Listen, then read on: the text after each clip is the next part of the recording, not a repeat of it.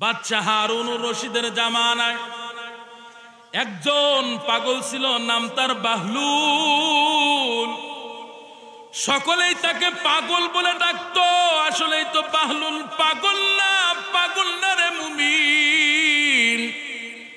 বাহলুল দুনিয়ার ধন সম্পদের পাগল না, টাকার পাগল না। বাহলুল নারী গাড়ির পাগল না রে মুমিন। বাহলুল হলো আমার আল্লাহর পাগল। সব সময় গুনগুন করে আল্লাহর নামের জিকির করতেন। আল্লাহু আকবার। আল্লাহর নামের জিকির করতেন, যার ফলেই তাকে পাগল বলে ডাকতো। এই বাহলুল পাগল কবরস্থানে মাঝখানে বসে গুন করে কি জানি আওয়াজ দেয়। পাশ দিয়ে বাদশা কবরে স্থানে মাঝখান দিয়া পাশ দিয়ে হেঁটে যায়। বাদশা দেখতেছে বাহলুল গুনগুন করে আর কবরস্থানে মাঝখানে বসে আছে। বাদশা কয়, বাহলুল তুই কি আর কোনোদিন ভালো হবি না? আর কত জীবন তুই পাগলামি করতেই থাকবি, পাগলামি করবি? এই কথা যখন বাহলুলের কানে যায়, বাহলুল দৌড়াইতে কবরস্থানে কিনারে চলে এসে বলতেছেন, বাদশা থামেন। ও বাদশা, আপনি আমাকে কেন পাগল বললেন? কিসের জন্য পাগল বললেন গো বাদশা? আমি পাগল না, বরং আপনি পাগল। আপনি বড়ই নির্বোধ। বাদশাকে যখন বলতেছে বাদশা আপনি পাগল, আপনি নির্বোধ, বাদশা রেগে ফায়ার হয়ে গেছে। বাদশা কয়, বাহলুল তুই আমারে পাগল বললি? কেন পাগল বললি? কি কারণে পাগল বললি? বাদশা তো রাগান্বিত হয়ে গেছে। বাহলুল পাগল কয়, বাদশা আমার উপর একটু গুসা হবেন না, রাগান্বিত হবেন না গো বাদশা। আপনি আমার কথাগুলো বোঝার চেষ্টা করেন, এরপর আপনি আমাকে যে শাস্তি দিবেন কথাটা বলার কারণে। এরে নবীর উম্মতির দল। বাদশা বলে, বাহলুল কি বলবি বল। বাহলুল পাগল কয়, বাদশা আপনি তো আপনার ক্ষমতার চেয়ার নিয়ে পড়ে আছেন, আপনি তো আপনার অট্টালিকা নিয়ে পড়ে আছেন। আপনি যে আমাকে পাগল বললেন, এই কবরস্থানে মাঝখানে এসে বসে আছি তা আপনি আমাকে পাগল বললেন। ও বাদশা, আমি শুধু আজকে নয়, বরং প্রায় সময় এসে আমি কবরস্থানে মাঝখানে এসে আমি বসে বসে কি করি আপনি জানেন?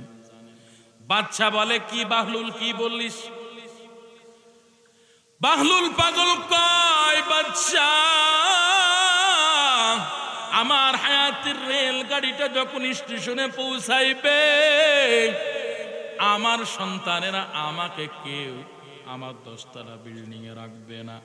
আমাকে কেউ ওই নিজের যেই ঘরে থাকলাম সেই ঘরে পর্যন্ত আমাকে কেউ রাখবে না। এরে নবীর উম্মতির দল। বলে, বাদশা আমার শেষ গন্তব্যের ঘর, এই অন্ধকার ঘরের মধ্যে আমার আশাই লাগবে গো বাদশা। আপনি কি জানেন না, হায়াতের রেলগাড়িটা যখন স্টেশনে পৌঁছাইবে, আজরাইল আমার জানটা যখন ধাক্কা মেরে নিয়ে চলে যাবে, আমাকে অবশ্যই এই অন্ধকার ঘর কবরস্থানে ফেলায় রেখে চলে যাবে। এই কবরে মাটি আমার সাথে কি আচরণ করবে, কবরে আযাব তো আমি সহ্য করতে পারবো না। তাই আমি প্রায় সময় এই কবরস্থানে মাঝখানে আইসা গুনগুন করে আমি কি জানি বলে জানেন?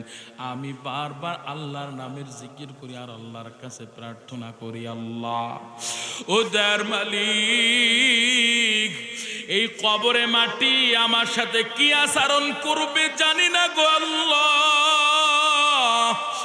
বাহলুল বাদশাকে বলে, বাদশা আমি বারবার আল্লাহর কাছে ক্ষমা চাই, আল্লাহ তুমি আমাকে মাফ করে দাও।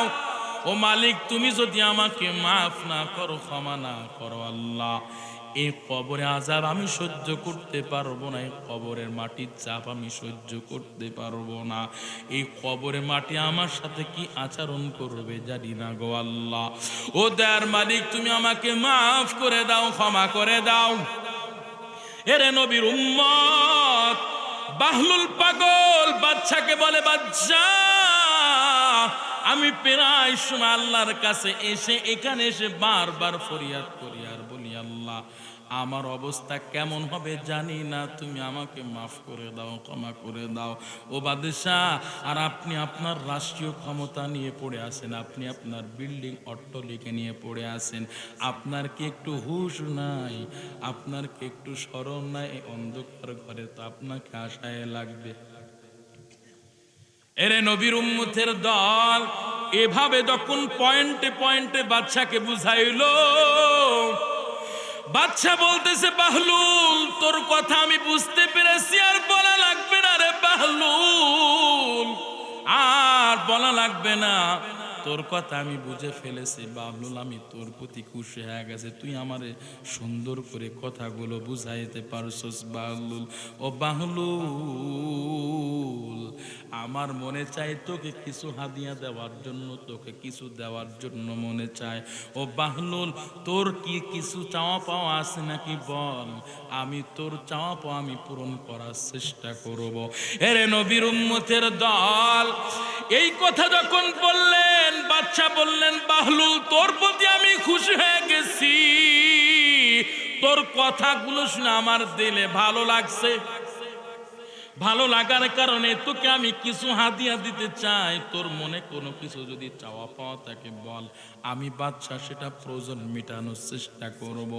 বাহলুল আল্লাহর কেমন পাগল, বাহলুল বাদশাকে বলতেছে, বাদশা আমার কোনো কিছুর প্রয়োজন হলে আমি আপনার কাছে চাইব না, আমার যা চাওয়ার আমি আমার আল্লাহর কাছে চাই। আল্লাহু আকবার।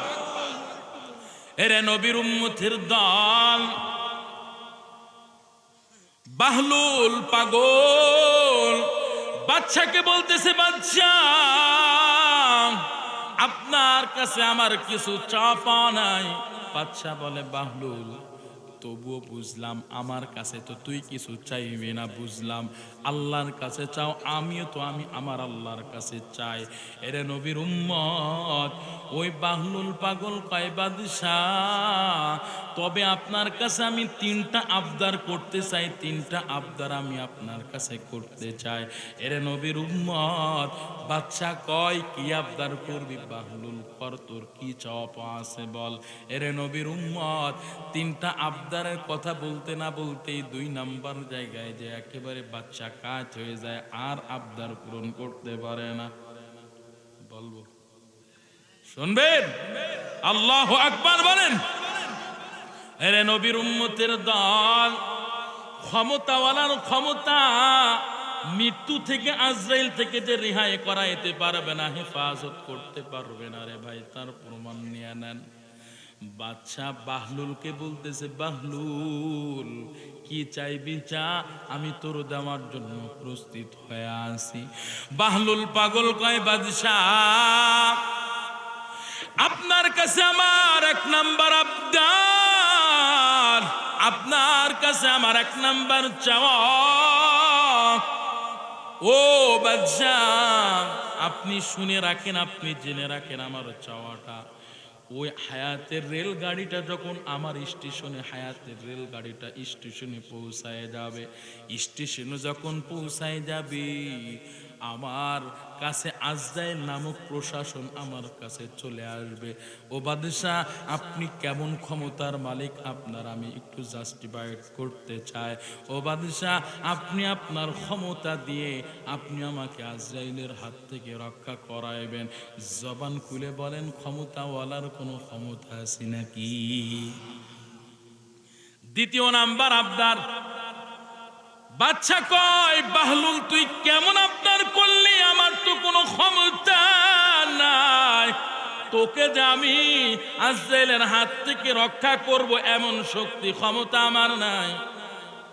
বাহলুল পাগল কয়, বাদশা তাহলে আপনি কিসের বাদশা, কিসের ক্ষমতা, আপনার ক্ষমতার কোনো পাওয়ার নাই। কথা বলে ঠিক, ঠিক না? ক্ষমতার পাওয়ার আছে নাকি? এরে নবীর উম্মতের দল, বাহলুল এবার কয়, বাদশা আপনি তো আমার 1 নাম্বার আবদার পালন করতে পারলেন না, তাহলে থাকার আবদার করতে চাইছি না। এবার বাদশাহ কয়, বাহলুল, এক নাম্বার আবদার তো আমি রক্ষা করতে পারলাম না, এবার বল দ্বিতীয় নাম্বার আবদারটা কি, বল আপনি পারবেন না, কয় তুই বল। বাহলুল পাগল কয়, বাদশাহ আপনার কাছে আমার দ্বিতীয় নাম্বার আবদার, দ্বিতীয় নাম্বার চাওয়া।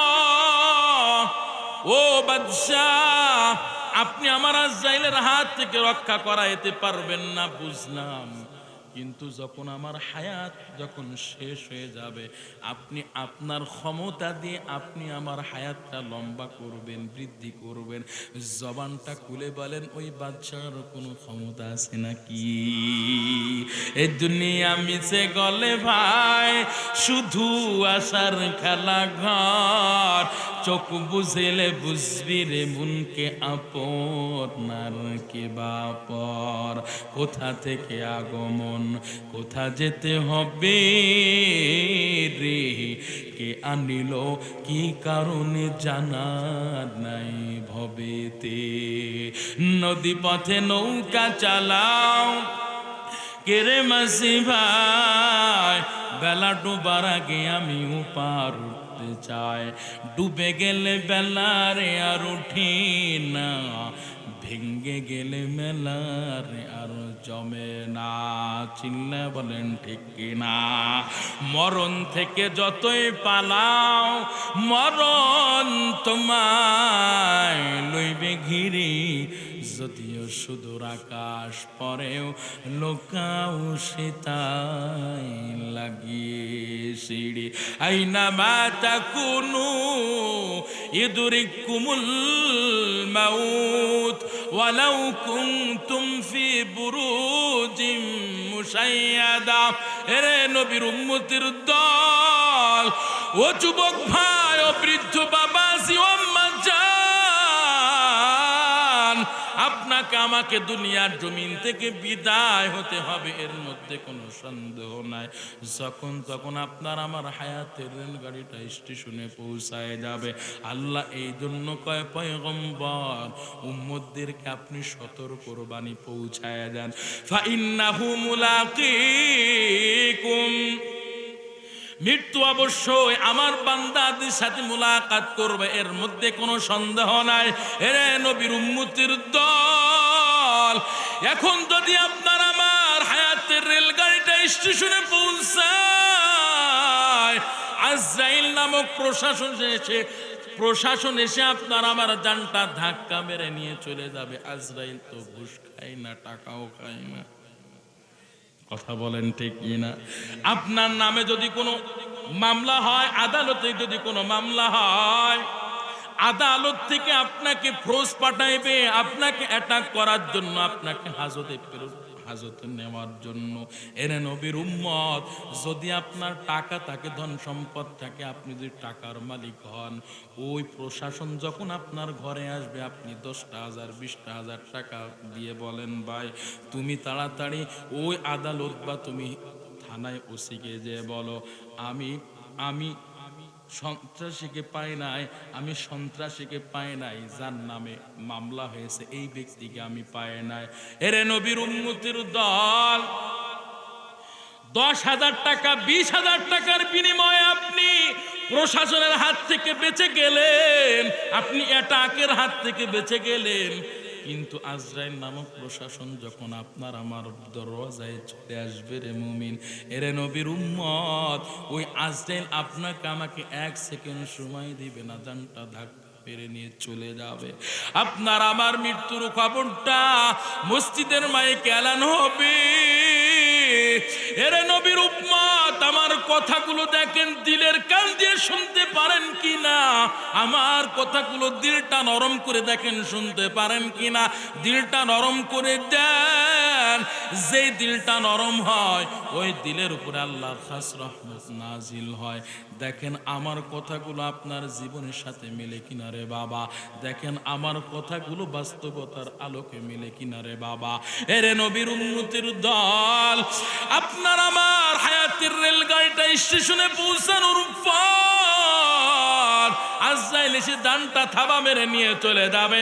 আপনার আমার সন্তান মসজিদের মাইকে এলান দেওয়ার জন্য সংবাদ প্রচারের জন্য মুয়াজ্জিনের কাছে যাবে, মুয়াজ্জিন সাহেব আমার বাবার মৃত্যুর খবরটা একটু এলান করে দেন, আমার বাবার মৃত্যুর খবরটা একটু এলান করে দেন। আমার বাবা এতটা সময় দুনিয়া থেকে বিদায় হয়ে গেছে, আমার বাবার জানাজার সময় এতটা সময় আমার বাবার জানাজায় সকলকে উপস্থিত হওয়ার জন্য একটু আবেদন করেন, সবাই যেন আমার বাবার জানাজায় উপস্থিত হয়ে আমার বাবার রুহের মাগফিরাত কামনা করে। এরে নবীর উম্মতির দল, আপনার আমার মৃত্যুর খবরটা শোনার পর এলাকার মধ্যে আলোচনা হবে, হায় আব্দুর রহিম দুনিয়া থেকে বিদায় হয়ে গেছে। অনেকেই বলবে আরে গতকালকে তো হাটে দেখা হয়েছিল, বাজারে দেখা হয়েছিল, একসাথে তো চা পান করলাম, একসাথে পান খাইলাম, একসাথে কতই না মজার মজার গল্প করলাম।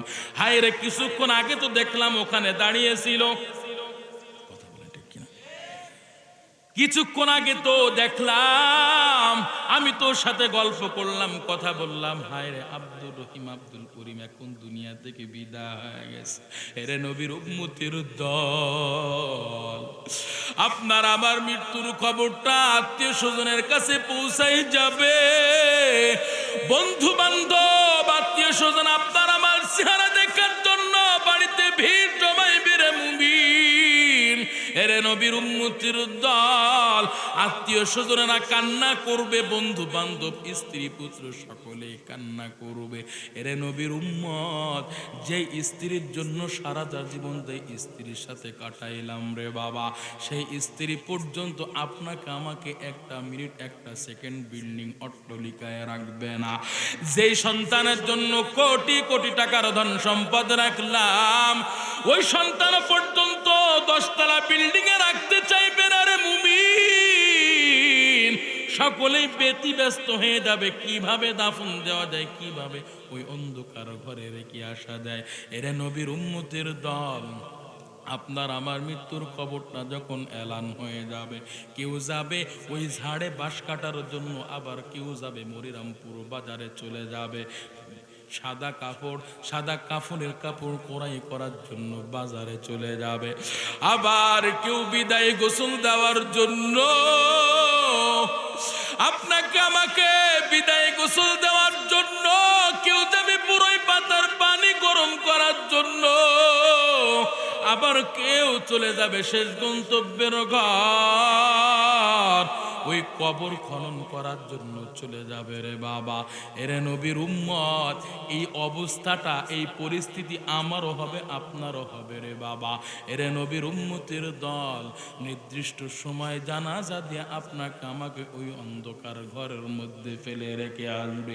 ওই অন্ধকার ঘরের মধ্যে যখন রেখে আসবে রে মুমিন, বন্ধু বান্ধব আত্মীয় স্বজন ওই অন্ধকার ঘরে নেমে যাবে সুন্দর করে শোয়ানোর জন্য। সুন্দর করে যখন শোয়াই দিবে, একের পর এক যখন সকলেই বিদায় হয়ে যাবে, মাথাটা কেবলা দিকে করার পর আর কেউ থাকতে চাইবে না, একের পর অন্ধকার ঘর থেকে উঠে চলে আসবে, আপনাকে আমাকে সুন্দর করে কবরের উপরে বাঁশের চালি দিয়া মাটি চাপা দিয়ে চলে আসবে। এরে নবীর উম্মতের দল, ওই অন্ধকার ঘরের মধ্যে রেখে আসার পর আত্মীয় স্বজন এটাই প্রমাণ করে দিবে, বলবে এতদিন তোমার সাথে আমাদের সাথে, এতদিন তোমার আমাদের সাথে আপনত্বের সম্পর্ক ছিল। সন্তান বাবাকে এটাই প্রমাণ করে দিবে, বাবা এতদিন তোমার আমার সাথে সন্তান বাবার সম্পর্ক ছিল রে বাবা। এরে নবীর উম্মত, এটাই প্রমাণ করে দিবে এখন আমরা আপন কেউ না। জবানটা খুলে বলেন, ওই অন্ধকার ঘরের মধ্যে আপনার আমার জন্য আপন হবেন কে? আল্লাহ ছাড়া কেউ আপন হবে না রে মুমিন। আল্লাহ ছাড়া যেহেতু কেউ আপন হবে না রে মুমিন ভাই, ওই অন্ধকার ঘরের মধ্যে যখন রেখে আসবে, আল্লাহ পাক রব্বুল আলামিন দুইজন ফেরেশতা পাঠায় দিবেন। একজনের নাম হলো মুনকার, আর একজনের নাম হলো নাকির।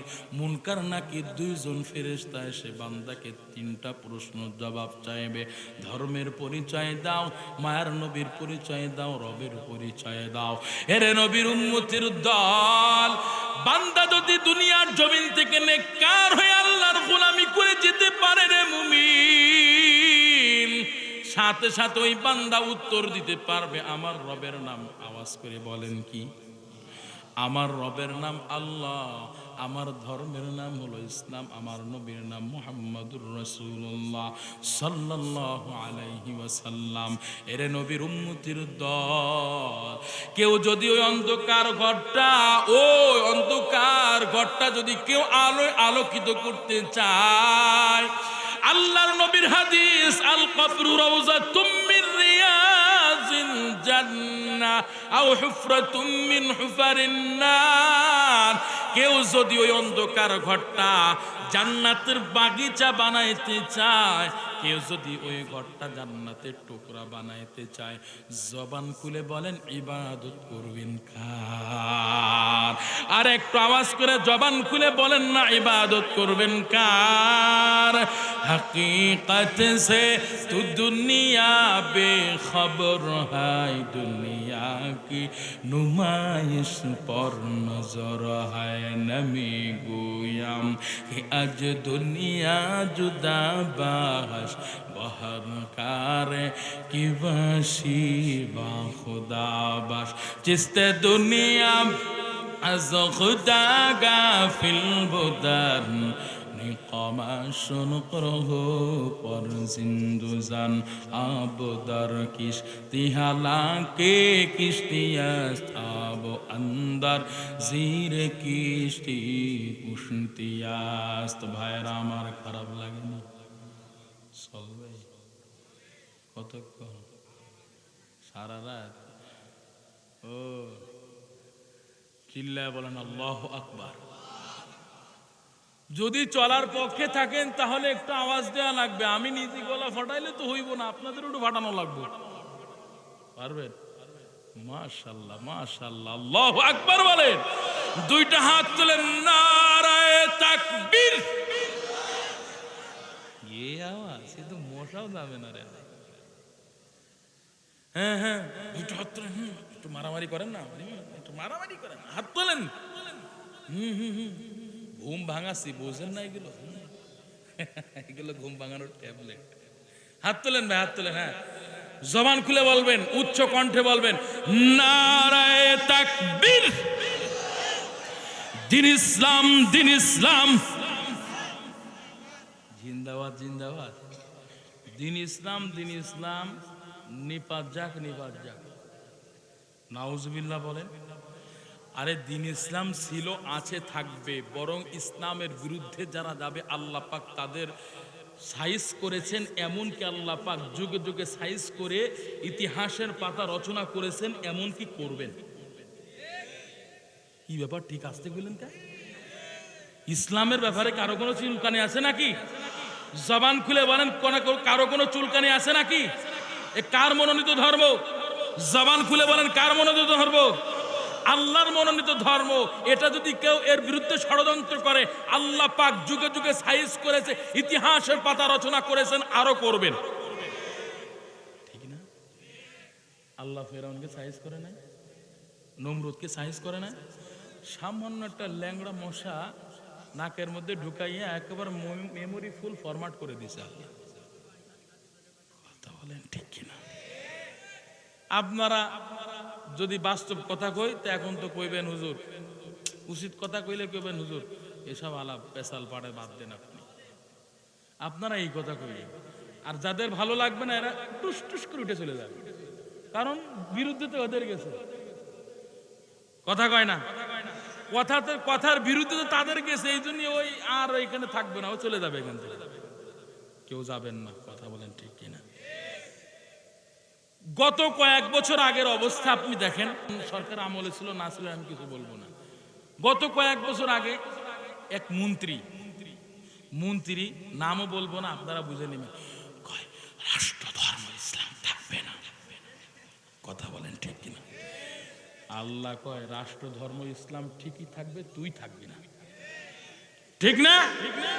রাষ্ট্র ধর্ম ইসলাম ঠিকই থাকবে, তুই থাকবি না, তোর মাও থাকবে না, তোর বাবাও থাকবে না।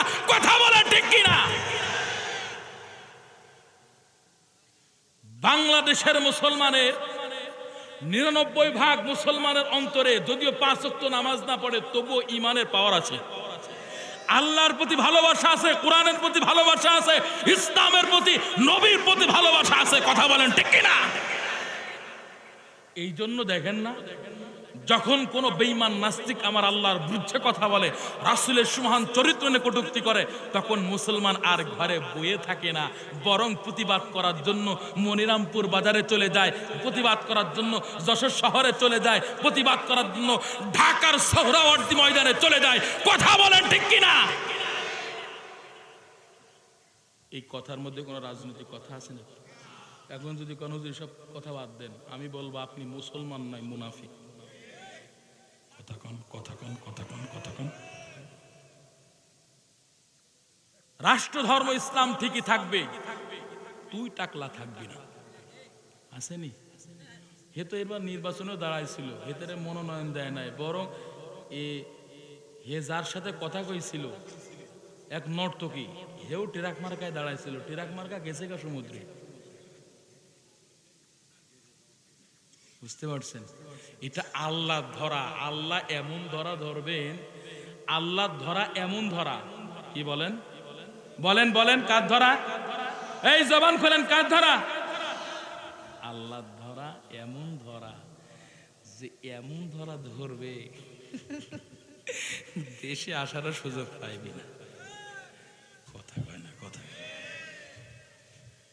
বাংলাদেশের ইতিহাস নয়, গোটা পৃথিবীর ইতিহাসে এমন কোন ইতিহাস নাই যে একই সাথে একই সময় একই মাসে একই তারিখে 300 জন সংসদ সদস্য একই লগে পালাইছে, পলায়ন করেছে, এমন ইতিহাস পৃথিবীর জমিনে নাই, কিন্তু বাংলাদেশে আছে। কথা কন, কথা কন, কথা। এইবার তো কইবেন হুজুর আপনি বলে থাকেন, এবার তো কইবেন হুজুর যা কইছিলেন কইছিলেন, এখনই কিন্তু উঠে গেলাম, কিন্তু উঠবেন তো খবর আছে, আমি আপনার নামে মামলা করে দেবো উঠলে, কিন্তু কয়ে দিলাম উঠবেন। হ্যাঁ উঠবেন, অবশ্যই উঠবেন। প্রস্রাব টয়লেট তো লাগতেই পারে, সে আসরে পড়তে বই আছেন, মাগরিবের পড়তে বই আছেন, আবার অনেকেই ঈশার পরে আইছেন। তো শীতের বেলায় তো যাদের ডায়াবেটিস আছে এদের তো একটু 1 নম্বরে যাওয়াই লাগে। কথা কয় না? ও তার মানে যাবেন এখন, তাই তো? মাদ্রাসায় যাবেন, মাদ্রাসায় যে দেখবেন 1 আঙ্গুল তোলে 2 আঙ্গুল তোলে, তার মানে 1 আঙ্গুল তুললে হুজুর বোঝে 1 নম্বরে যাবে, অর্থাৎ পেশাব করতে যাবে। আর দ্বিতীয় নাম্বার 2টা আঙ্গুল তুললে মনে করে ঠিক আছে ও অফিসে যাইব। ঠিক না?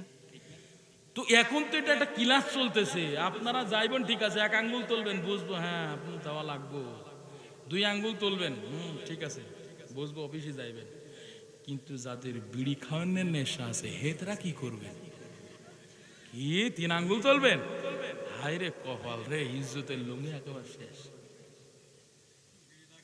সবাই থাকবো ইনশাআল্লাহ। ইসলামের পথে আমরা চলবো, যত বাধা বিপত্তি আসে আসুক। নবীর পথে চলবো, নবীর আদর্শ মানবো, যত বাধা বিপত্তি আসে আসুক। কথা বলেন ঠিক কিনা? আসুক না যত বাধা, যত ঝড় সাইক্লোন, রাসূলের পথে মোরা চলবই। এ জীবন বাজি রেখে দিনের নিশান মোরা বাংলার আকাশে উড়ানবই। কথা বলেন ঠিক কিনা? চলবে, বলবো। আসুক না যত বাধা, যত ঝড় সাইক্লোন, রাসূলের পথে মোরা চলবই। এ জীবন বাজি রেখে দিনের নিশান মোরা বাংলার আকাশে উড়াবই। মোরা কামানের মুখোমুখি দাঁড়িয়ে, মোরা জালিমের মুখোমুখি দাঁড়িয়ে আল্লাহু আকবার বলবো, আসুক না যত বাধা যত ঝড় সাইক্লোন, রাসূলের পথে মোরা চলবই, এ জীবন বাজি রেখে দিনের নিশান মোরা বাংলার আকাশে উড়াবই। চিল্লায় বলেন ঠিক কিনা? আমাদের দেহে বয়ে জিহাদি রক্ত, প্রাণে প্রাণে বিপ্লবী ঝংকার, তাকবীর তাকবীরে বাতিলের মসনদ কত ভেঙে করেছি যে চুরমার, কত ভেঙে করেছি যে চুরমার। এই শির অবনত আল্লাহর কাছে, শুধু নয় কোনো বাতিলের কাছে, ঠিক কিনা? সবুজ কাফেলা নিয়ে যাব জানি একদিন মকসুদ মঞ্জিলে পৌঁছে, মকসুদ মঞ্জিলে পৌঁছে। আমাদের ছোট হৃদয়ে, আমাদের ছোট হৃদয়ে রাসূলের প্রেম ছবি আঁকবই, আসুক না যত বাধা যত ঝড় সাইক্লোন, রাসূলের পথে মোরা চলবই, এ জীবন বাজি রেখে দিনের নিশান মোরা বাংলার আকাশে উড়াবই। কথা বলেন ঠিক কিনা?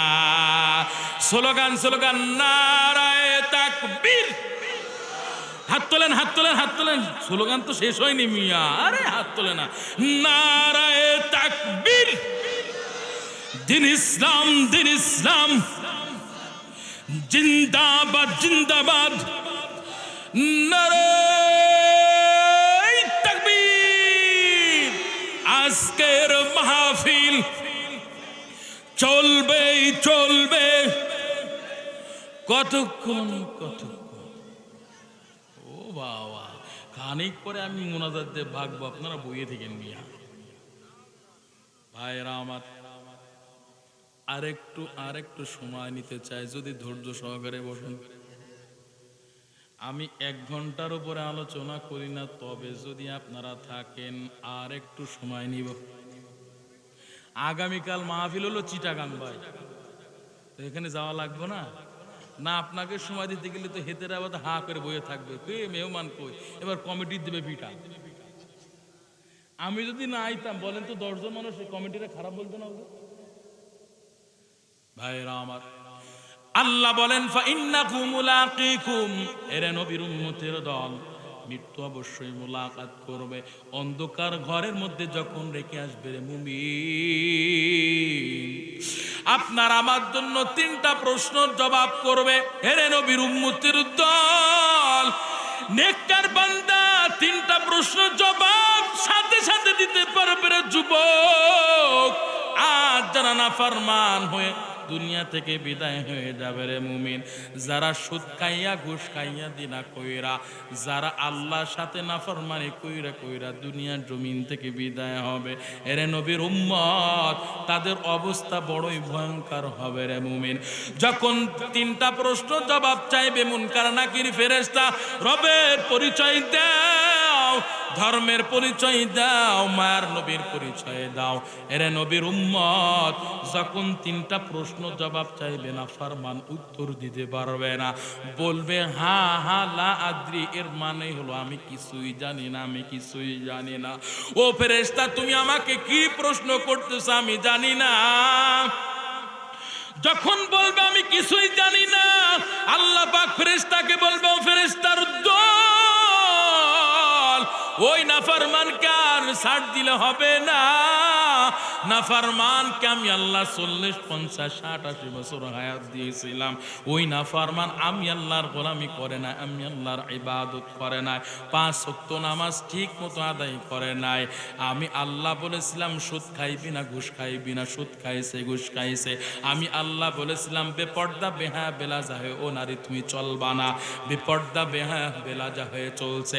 আল্লাহ পাক ফেরেশতাদেরকে অর্ডার করবে, ফেরেশতা নাফরমানকে আর ছাড় দিলে হবে না। আল্লাহ পাক বলবেন নাফরমানের কবরের 2 পাশের মাটিকে নাফরমানকে চাপ দেওয়ার জন্য বলো।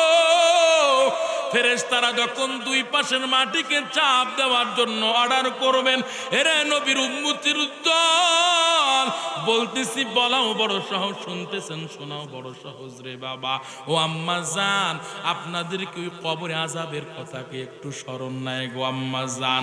ওই দুই পাশের মাটিকে যখন নাফরমানকে চাপ দিতে বলবে, দুই পাশের মাটি নাফরমানকে এত জোরে চাপ দিবে রে মুমিন, এক পাদরে হাড্ডি অপর পাদরের মধ্যে ঢুকে যাবে, সহ্য করার ক্ষমতা কারো থাকবে না রে বাবা। এরে নবীর উম্মত, আল্লাহ নবীর হাদিস একটা নয় দুইটা নয় 99টা সাপ নাফরমানের কবরের মধ্যে দংশন করার জন্য চলে আসবে। আল্লাহ পাক বলবেন ফেরেশতা এতটুকুই ছাড় দিলে হবে না, এতটুকুই শাস্তি দিলে হবে না। আল্লাহ বলবেন ও ফেরেশতা নাফরমানের কবরের মধ্যে জাহান্নামের আগুনের বিছানা বিছাও। এরে নবীর উম্মতের দল, ফেরেশতারা আপনার আমার কবরের মধ্যে আল্লাহ না করুক নাফরমানের কবরের মধ্যে জাহান্নামের আগুনের বিছানা বিছাইবে। দুনিয়ার আগুন আমরা এক সেকেন্ড সহ্য করতে পারি না রে বাবা, আর জাহান্নামের আগুন এত কোটি কোটি গুণ তেজের আগুন রে যুবক। ওই আগুন গায়ে লাগা মাত্র সেকেন্ডের গতিতে পুরা শরীরটা তামা তামা হয়ে যাবে, সহ্য করার ক্ষমতা কারো থাকবে না রে বাবা। দুনিয়ার জমিন থেকে যদি তুমি আল্লাহর রেজামন্দি হাসিল করে যাও, আল্লাহর সন্তুষ্টি অর্জন করে যদি তুমি দুনিয়ার জমিন থেকে বিদায় হতে পারো, ওরে যুবক ভাই, তোমার আমার কবরটা হবে জান্নাতের বাগিচা। এরে নবীর উম্মতের দল, আল্লাহর দরবারে উপস্থিত হতেই হবে। আল্লাহ বলেন সুম্মা তুরাদ্দুনা ইলা আলিমিল গায়বি ওয়াশ শাহাদা, আমার বান্দাদেরকে উপস্থিত হতে হবে। ফায়ুনাব্বিউকুম বিমা কুনতুম তা'মালুন, আমার বান্দা কি কি কাম করছে সব কিছু আমি আল্লাহ আমার বান্দার সামনে ওপেন করে দিব। এরা নবীর উম্মতের দল, সেই দিনকে ভয় করেন যেই দিন হাসরের ময়দানে মা সন্তানের পরিচয় দিবে না, সন্তান মায়ের পরিচয় দিবে না, বাবা সন্তানের পরিচয় দিবে না, সন্তান বাবার পরিচয় দিবে না রে মুমিন। ওই দিনকে ভয় করেন যেই দিন নবীরা পর্যন্ত নাফসি নাফসি বলবে। এরে নবীর উম্মতের দল, ওই হাসরের ময়দানে কেউ কারো আপন হবে না, নিজের আমল নামাটাই হবে পুঁজি। যদি নেক আমল করে যেতে পারি রে বাবা, আপনার আমার কবরে জিন্দেগি ভালো হবে। হাসরের ময়দানে আল্লাহর নবীর সুপারিশ পাইয়া জান্নাতে পৌঁছাইতে পারবো। জীবনে যা করেছেন তওবা করে নেন, আল্লাহর দরবারে ফিরে আসেন, নেক আমল করেন, 5 ওয়াক্ত নামাজ ঠিক মতো পড়েন গো বাবা।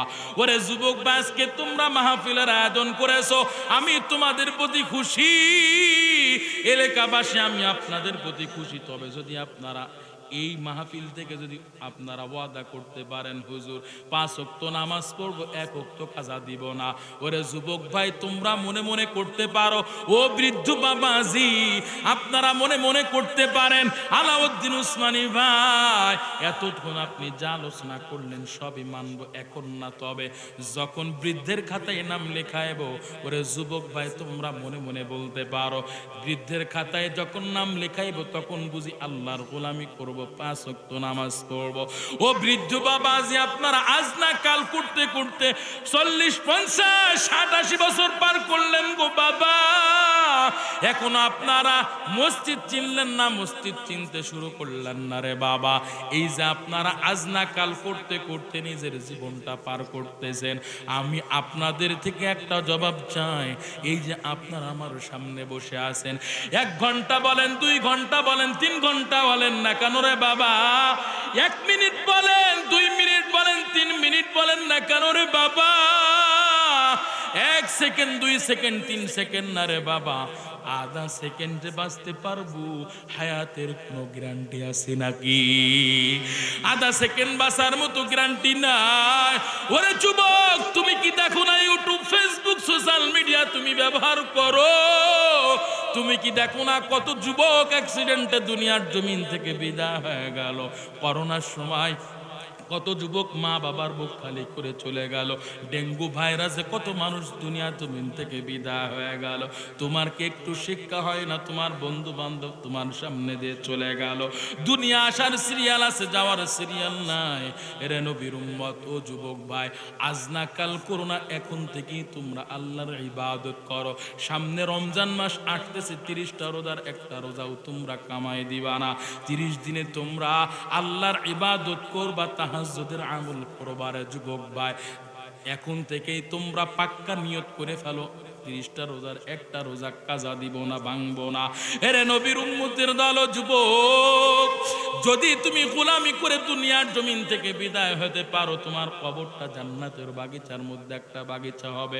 যুবক ভাই, তোমাদের যাদের মা বাবা বেঁচে আছে, মা বাবার সেবা যত্ন করবা, মা বাবার খেদমত করবা, মা বাবার কলিজায় কখনো আঘাত দিবা না, মা বাবার সাথে কখনো অসৎ আচরণ করবা না। রে যুবক, আজকে তুমি মা বাবা কেমন মূল্যবান দামি সম্পদ তোমরা এখন বুঝতেও না পারো। যখন মা বাবা দুনিয়ার জমিন থেকে বিদায় হয়ে যাবে রে যুবক, তখন বুঝবা মা বাবা কেমন দামি সম্পদ। আজকে যারা মা হারা বাবা হারায়, তারাই বুঝে মা হারানো বাবা হারানো কি ব্যথা। ওরে যুবক, তুমি ওই মায়ের কলিজা আঘাত দিবা না, যেই মা তোমাকে 10 মাস 10 দিন গর্ভে ধারণ করলো, কষ্টের পর কষ্ট করে তোমাকে লালন পালন করলো। ওই মায়ের কলিজায়, ওই বাবার কলিজায় তোমরা কেমন আঘাত দাও। মা বাবার দোয়া নিয়ে চলবা, মা বাবার সেবা যত্ন করবা, মা বাবাকে কখনোই মাইনাস করে চলার চেষ্টা করবা না। বিবাহ শাদী করেছো, সুন্দর একটা বউ পেয়েছো, বউয়ের কথা শুনে তুমি মা বাবাকে কলিজায় আঘাত দাও, মা বাবার সাথে অসৎ আচরণ করো, কখনো এটা করবা না। রে যুবক, ওই মা তোমার জন্য কত কষ্ট করেছে রে যুবক।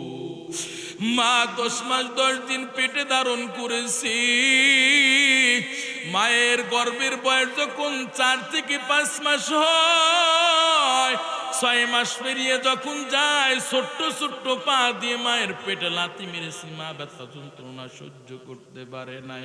ওরে যুবক, ওই মায়ের কলিজায় তুমি কেমনে আঘাত দাও। জীবনের মূল কষ্ট মায়ের প্রসব বেদনা, 7 আসমান 7 জমিন তখন মায়েরই মাথায়। এমন মাকে কেমনি আজি, এমন মাকে কেমনি আজি যাব আমি ভুলিয়া। ও আমার প্রাণের মা, মা গো মা, কোথায় গেলে মোরে ছাড়িয়া। জনম দুঃখী এতিম আমি, চাই না কেহ ফিরিয়া। আমি যখন ছিলাম আমার মায়েরই উদরে, চলা ফিরা করতেন যে মাই কত কষ্ট করে। চিল্লা বলেন ঠিক কিনা? আমি যখন ছিলাম আমার মায়েরই উদরে, চলা ফিরা করতেন যে মায় কত কষ্ট করে। আমার সুন্দর মুখ দেখে মায়ের, আমার সুন্দর মুখ দেখে মায়ের ব্যথা যায় যে ভুলিয়া। ও আমার প্রাণের মা, মা গো মা, কোথায় গেলে মোরে ছাড়িয়া। জনম দুঃখী এতিম আমি, চাই না কে হো ফিরিয়া। ওরে যুবক ভাই, মা বাবার কলিজায় কখনো আঘাত দিবা না, সেবা যত্ন করবা, খেদমত করবা, দোয়া নিবা। আম্মা জান, আমি শেষ লগ্নে আমি আপনাদের একটু বলে যাই, আম্মা জান আপনারা অনেক কষ্ট করে দীর্ঘক্ষণ আমার আলোচনা শুনলেন গো আম্মা জান, আমি আপনাদেরকে বলে যাই আম্মা জান, আপনারা 5 ওয়াক্ত নামাজের এক ওয়াক্ত কখনোই কাজা দিবেন না। আপনার স্বামী যদি বেনামাজি হয়, আপনি আপনার স্বামীকে আলটিমেটাম দেন, 144 ধারা জারি করে দেন, তুমি যদি নামাজি না হও তোমার ইনকাম খাবো না, তোমার ভাত আমি খাবো না। এই আলটিমেটাম যদি আমার মা দেয়, ওই বাজার নামাজ না পড়ে পারবে না। মা, আপনি আপনার স্বামীকে নামাজের দাওয়াত দেন, তবে আগে আপনাকে নামাজি হওয়া লাগবে, এরপর স্বামীকে দাওয়াত দিবেন। সন্তানদেরকে আপনি নামাজের আদেশ দেন আম্মা জান। আপনারা নিজেরা কোরআন পড়বেন, সন্তানদেরকেও কোরআনের আলেম হাফেজ বানাইবেন আম্মা জান। সন্তানদেরকে কোরআনের আলেম হাফেজ বানাইলে কি লাভ গো আম্মা জান? ও মা, আপনারা তো জানেন না গো মা, হাফেজে কোরআন আলেম সন্তানের মা বাবার কেমন মূল্য। আল্লাহর দরবারে যখন হাফেজে কোরআনের মা বাবা আল্লাহর দরবারে উপস্থিত হবে, আল্লাহ পাক সম্মানের তাজ পরাই দিবেন, মুকুট পরাই দিবেন হাসুরের ময়দানে। আম্মা জান, দুনিয়া থেকে বিদায় হয়ে যাবেন, ও বাবা আপনি দুনিয়া থেকে বিদায় হয়ে যাবেন, আপনার আপনজনেরা, আত্মীয় স্বজনেরা 1 দিন 2 দিন 3 দিনের মাথায় আপনার কথাও পর্যন্ত নিবে না, আপনাকে ভুলে যাবে। কিন্তু হাফেজে কোরআন আলেম সন্তান আপনার কথা মনে রাখবে, এমনকি মৃত্যুর আগ পর্যন্ত সন্তান আপনার জন্য দোয়া করবে, কোরআন পড়ে পড়ে আপনার অ্যাকাউন্টে সওয়াব পৌঁছাইবে গো আম্মা জান। ইমামতি করবে, জানাজার ইমামতি করার জন্য ইমাম ডাকা লাগবে না, আপনার সন্তান আপনার জানাজার ইমাম হয়ে যাবে। আশপাশে যত মাদ্রাসা আছে, হাফিজি মাদ্রাসাগুলো খোঁজ করে করে মাদ্রাসায় ভর্তি করে দেন। এই যে রাজগঞ্জ এই ব্রিজের মাথায় একটা মাদ্রাসা আছে, চলে যান ওই মাদ্রাসায় ছাত্র ভর্তি করে দেন। আপনার সন্তান যোগ্য হাফেজে কোরআন হবে, যোগ্য উস্তাদের কাছে যোগ্য হাফেজ হবে। ও আম্মা জান, আপনারা নিজেরা পর্দা করবেন, কন্যাকেও পর্দায় রাখবেন, কখনোই বেপর্দা বেহায়া বেলাজা হয়ে চলবেন না। আজকে আপনারা ডিজিটাল যুগের দোহাই দিয়ে আপনারা বেপর্দা বেহায়া বেলাজা হয়ে চলেন, ফ্যাশন দিয়ে চলেন গো আম্মা জান। আপনার কি একটু স্মরণ নাই? ওই কবরের মধ্যে তো যাওয়া তো লাগবে গো আম্মা জান। ওই কবরে আযাবের কথা, আগুনের কথা, জাহান্নামের আগুনের কথা কি স্মরণ নাই? কোথায় যাবে আপনার ওই ডিজিটাল যুগের দোহাই দিয়া বেপর্দা বেহায়া বেলাজার জীবন কোথায় যাবে? 5টা টুকরা কাফনের কাপড়ের মধ্যে প্যাকিং কইরা অন্ধকার ঘরের মধ্যে ফেলায় রেখে আসবে। কোথায় যাবে আপনার সেই চেহারার বাহাদুরি? আম্মা জান, পর্দা করে চলবেন, বেপর্দা হয়ে চলবেন না গো আম্মা জান। আপনারা স্বামীর সেবা যত্ন করবেন, খেদমত করবেন, স্বামীর সাথে কখনোই ঝগড়া করবেন না, তর্ক করবেন না। এরা নবীর উম্মত ও বৃদ্ধ বাবাজি ও যুবক ভাই, জীবনে যা করেছেন তওবা করে নেন, আর আল্লাহ নাফরমানি করবেন না। 5 ওয়াক্ত নামাজের 1 ওয়াক্ত নামাজ কাজা দিবেন না। জীবনে যা করেছেন তওবার নিয়তে আল্লাহর দরবারে ফিরে আসেন, আল্লাহর পথে ফিরে আসেন। মুসাফির মানুষ আমার সাথে তওবা করবেন। কে কে তওবা করতে রাজি? 2টা হাত তুলে আল্লাহকে দেখায় দেন। ও আল্লাহ, আপনি তাকায় দেখেন, আপনার বান্দারা আপনার কাছে 2টা হাত তুলেছে গো আল্লাহ। ও মালিক, আপনার মহাব্বতে, আপনার কোরআনের মহাব্বতে ঠান্ডা মাটির উপরে বৈশা দীর্ঘ আলোচনা শুনেছে, আপনার কোরআনের আলোচনা শুনেছে আল্লাহ।